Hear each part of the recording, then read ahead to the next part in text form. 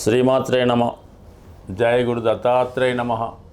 ఈ వీడియోలో మనం ఏప్రిల్ 3వ తారీఖు నుంచి జూన్ 6వ తారీఖు మధ్యలో కర్కాటక రాశిలో సంచరిస్తున్నటువంటి కుజగ్రహ ప్రభావం ఏ విధంగా ఉండబోతుంది అనే విషయాన్ని పరిశీలించినప్పుడు ఈ కుజుడు చాలా వరకు ఎవరి జాతకంలో బలంగా ఉంటాడో వారు జీవితంలో స్వయం కృషితోనే ఎవరి సహకారం లేకుండా జీవితంలో పైకి రావడం జరుగుతూ ఉంటుంది.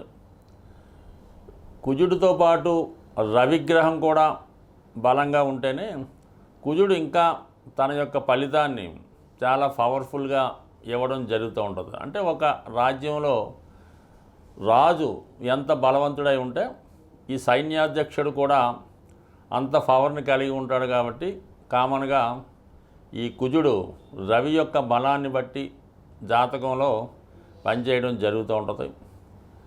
జాతకుడికి కానీ ఎవరికైనా అశాంతికి కారణాలు కామ, క్రోధ, లోభాలని వీటి వల్లే ప్రతివాడు అశాంతికి లోనవుతుంటాడు. అయితే కామానికి శుక్రుడు కారణమైన అతి కామానికి కుజగ్రహం కారణం అవుతూ ఉంటాడు. అంటే కామం అంటే ఒకే అర్థం కాదు, ఏదైనా సంపాదన, ఎసెట్ సంపాదించుకోవడం, ధనం సంపాదించడం, ఇవన్నీ కూడా దాని కిందకే రావడం జరుగుతూ ఉంటుంది. లోభం అన్నది ఏంటంటే అది పిసనారితనం. మనం ఇవ్వడం తప్పనిసరిగా ఉన్నప్పటికీ కూడా పక్కవాడి చేత కూడా ఖర్చు పెట్టకుండా, మనము ఖర్చు పెట్టకుండా పొదుపుగా వాడడం, లోభం అన్నది చాలా వరకు కూడా కారణమవుతుంటుంది. దానికి బుధుడు కారణమవుతూ ఉంటాడు. ఎక్కువగా క్రోధం, దాన్ని కోపం అంటూ ఉంటారు. ఈ కుజుడు జాతకంలో బలహీనంగా ఉన్న, పాపగ్రహాలతో కలిసి ఉన్న క్రోధం కారణంగా, అతి కోపం కారణంగా చాలా వరకు తను సంపాదించినటువంటి పుణ్యాన్ని, మంచి పేరుని, ధనాన్ని, ఆస్తిని కోల్పోయి చాలా వరకు పతనావస్థకి వెళ్ళడానికి కారణమవుతుంటుంది. ఇది కామన్గా ఈ క్రోధం ఎక్కువ అవడం వల్ల అటు మహాభారతంలో ఈ దుర్యోధనుడు అవ్వచ్చు, అలాగే రావణాసురుడు అవ్వచ్చు, ఈ విధంగా ప్రముఖ ఈ వీళ్ళంతా కూడా ఈ రాక్షస వర్గానికి చెందినటువంటి రావణాసురుడు, అలాగే కంసుడు, బలిచక్రవర్తి, వీళ్ళంతా కూడా ఈ క్రోధం కారణంగా మరి వాళ్ళు మంచి వారి చేతిలో మరణం పొందినప్పుడు కూడా అది ఒక విధంగా మనకి ఒక మెసేజ్ లాగా చెప్పడం జరుగుతూ ఉంటుంది. అందువలన కుజుడు జాతకంలో ఉన్నప్పటికీ ఏ స్థితిలో ఉన్నా దాన్ని జాగ్రత్తగా యూటిలైజ్ చేసుకోవడం వలన ఒక క్రమశిక్షణతో దాన్ని వాడుకోవలసి ఉంటుంది. ఏది కూడా అతి అన్నది ఎప్పుడూ మంచిది కాదు.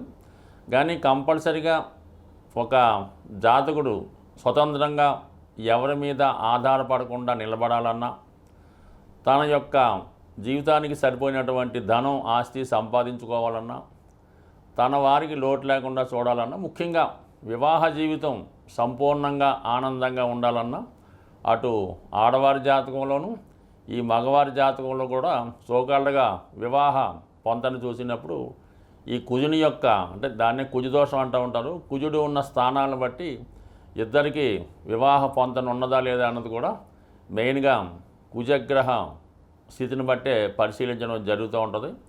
అందువలన ఏంటంటే వివాహ జీవితం సరిగ్గా సాగాలన్నా, తర్వాత సంతానం కలగాలన్నా, భార్యాభర్తలు తగులాడకుండా ఉండాలన్నా కుజుని యొక్క బలం, కుజుని యొక్క స్థితి తప్పనిసరిగా పరిశీలించవలసి ఉంటుంది. తులారాశి వారికి 65 రోజుల పాటు కర్కాటక రాశిలో సంచరిస్తున్నటువంటి కుజగ్రహ ప్రభావం ఈ రాశివారి మీద ఏ విధంగా ఉండబోతుంది అని పరిశీలించినప్పుడు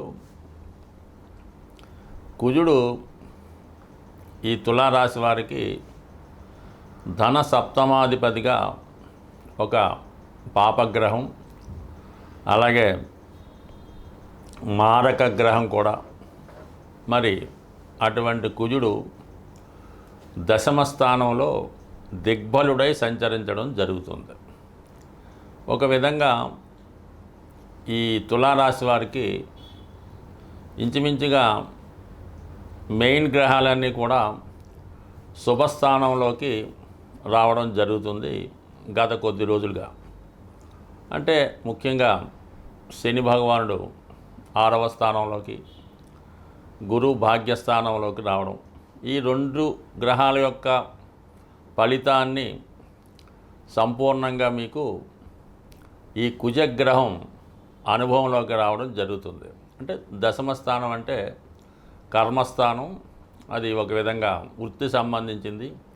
జాతకుడు జీవనోపాధికి ఏ ఏ పనుల ద్వారా, ఏ ఏ కర్మల ద్వారా తన జీవనోపాధి సాగిస్తాడు, ఏ విధంగా తన బాధ్యతలు కర్మలు నిర్వహిస్తాడన్నది ఈ గ్రహస్థితి మనకి చెప్తూ ఉంటుంది. దశమంలో ఉన్నటువంటి కుజుడు దిగ్బలుడు అవ్వటం వల్ల ముఖ్యంగా ఈ రాశి వారికి ఉద్యోగంలో చాలా స్ట్రిక్ట్గా, చాలా సాటిస్ఫైడ్గా ఉండడం జరుగుతూ ఉంటుంది. అంటే ముఖ్యంగా ఏంటంటే వీళ్ళకి వృత్తిలో సంతృప్తి కలుగుతుంది, వృత్తిలో హోదా పెరుగుతుంది, తనను తాను రుజువు చేసుకునే ప్రయత్నం జరుగుతూ ఉంటుంది.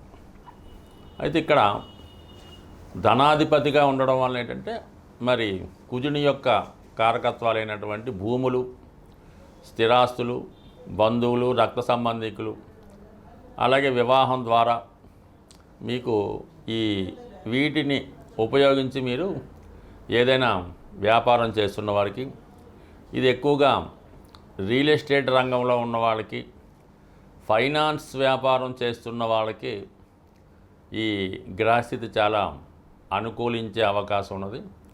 అలాగే చతుర్థ భావాన్ని వీక్షిస్తూ ఉంటాడు ఈ కుజుడు. ఆ కారణం వల్ల ఈ రాశివారు ఏదైనా ఒక స్థిరాస్తి కొనుక్కునే ప్రయత్నం నెరవేరుతుంది. అలాగే ఏదైనా మీరు వేరే ప్రాంతానికి మైగ్రేట్ అయ్యి అక్కడ కొంతకాలం పాటు విధి నిర్వహణకు కూడా ఈ గ్రహస్థితి కారణం అవుతూ ఉంటుంది. అంటే మొత్తం మీద అటు మిలిటరీలో కానీ ఇటు పోలీస్ డిపార్ట్మెంట్ వారికి వారి యొక్క హోదా పెరిగి వారు స్వతంత్రంగా నిర్ణయం తీసుకునే విధంగా వాళ్ళకి పవర్స్ ఇవ్వడం జరుగుతూ ఉంటుంది. అలాగే వ్యాపారం చేస్తున్నవారు, ముఖ్యంగా సినిమా రంగం వారు, ఈ మీడియా, వీళ్ళందరికీ కూడా స్వతంత్రంగా వారి టాలెంట్ రుజువు చేసుకొని వారు ఏదైతే చేద్దాం అనుకున్నారో అది చేయడం ద్వారా ఫలితాన్ని సాధించడం జరుగుతూ ఉంటుంది. అంటే మొత్తం మీద ఈ రాశి వారికి అటు గృహలాభం, అటు ఉద్యోగ లాభం, ఒక విధంగా పదవీ లాభం కూడా లభించే అవకాశం ఉంది. ఇంకా ముఖ్యంగా వివాహ సంబంధించిన విషయాల్లో ఒక అసంతృప్తి వచ్చే అవకాశం ఉన్నది. అంటే సప్తమం అన్నది భార్య లేదా భర్త యొక్క స్థానాన్ని చెప్తూ ఉంటుంది. ఆ సప్తమ స్థానాధిపతి ఎంత బలంగా ఉంటే అంత గొప్పగా ఉన్నటువంటి జీవిత భాగస్వామి లేదా భర్త వచ్చే అవకాశం ఉంటుంది. అదే సప్తమాధిపతి ఎంత బలహీనంగా ఉండి పాపగ్రహాలతో కలిసి ఉంటే వివాహం తర్వాత జీవితం అంటే భర్తకి ఇబ్బంది కలగడం ద్వారా ఉద్యోగం పోవడం మొదలు కార్యక్రమాల ద్వారా ఇబ్బంది పడవచ్చు.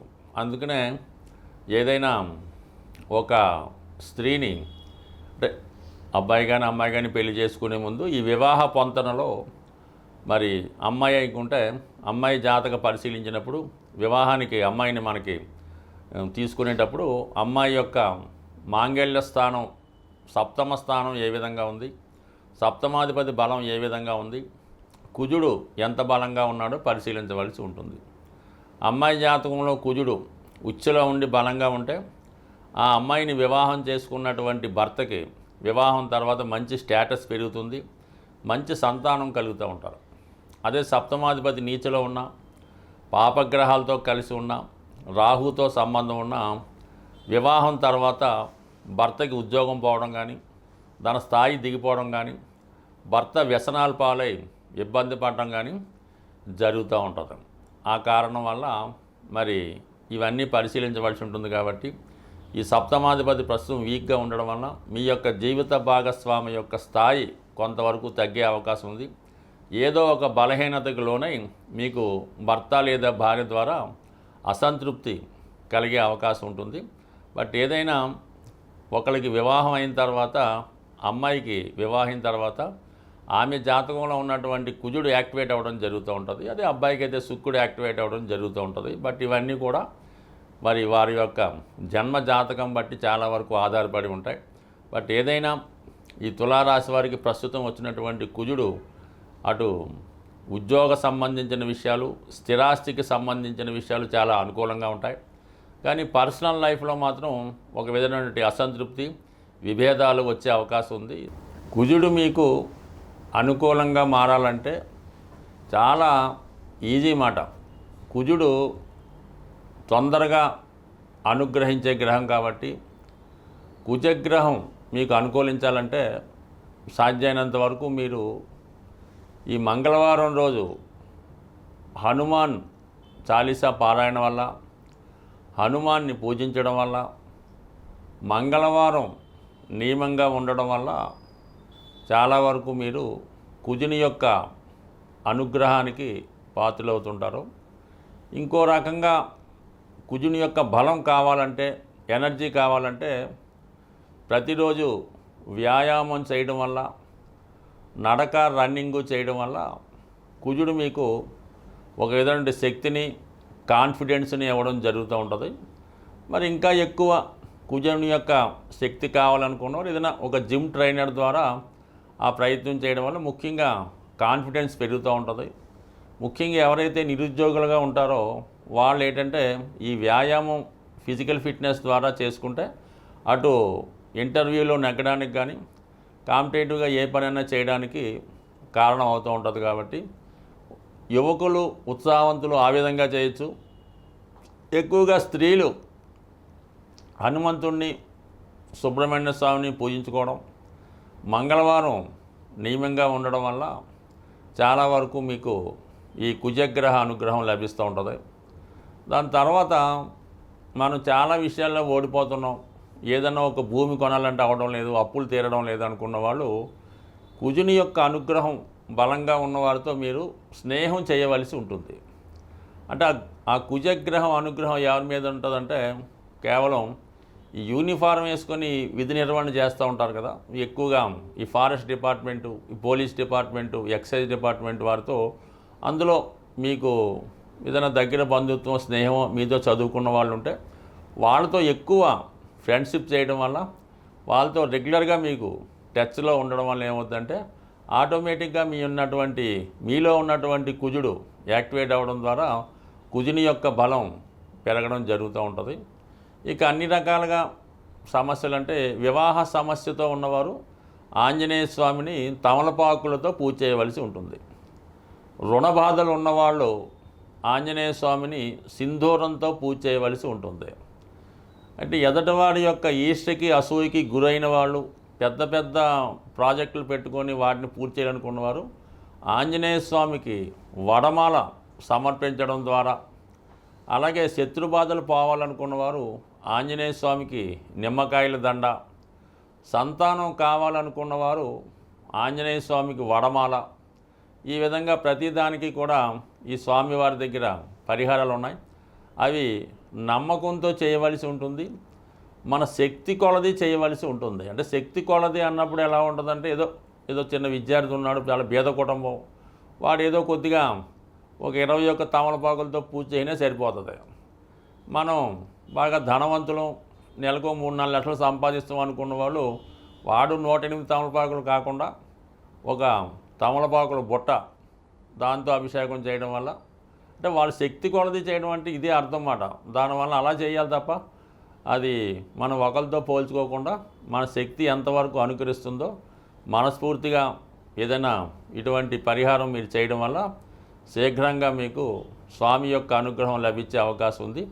బట్ ఏదైనా భూమి దక్కాలంటే ఆంజనేయ స్వామి అనుగ్రహం తప్పనిసరిగా ఉండాలి. కాబట్టి సాధ్యమైనంత వరకు ఈ భూమి కావాలనుకున్న వాళ్ళు ఆంజనేయ స్వామిని పూజించుకోవడం, కుజగ్రహ అనుగ్రహం కోసం మంగళవారం నియమంగా ఉంటూ, మరి ఈ మధ్యకాలంలో వస్తున్నటువంటి ఈ కరుంగలి మాల ధరించడం వల్ల కానీ, 3 ముఖాల రుద్రాక్ష ధరించడం వల్ల కానీ, లేదంటే ఈ పగడం, మంచి జాతి పగడం దొరికినప్పుడు దాన్ని ఉంగరంగా ధరించడం వల్ల కానీ, లేదా ఇవన్నీ కానప్పుడు కాపర్తో తయారు చేసినటువంటి కడియం కానీ ఉంగరం కానీ ధరించడం వల్ల, రాగి గ్లాసులో వాటర్ తాగడం వల్ల, రాగి పాత్రలు ఉపయోగించడం వల్ల కూడా కుజగ్రహ అనుగ్రహం ఉంది. కుజగ్రహం అనుగ్రహం ఉన్నవాడికి రుణాలు అయితే ఉండవు. స్వస్తి.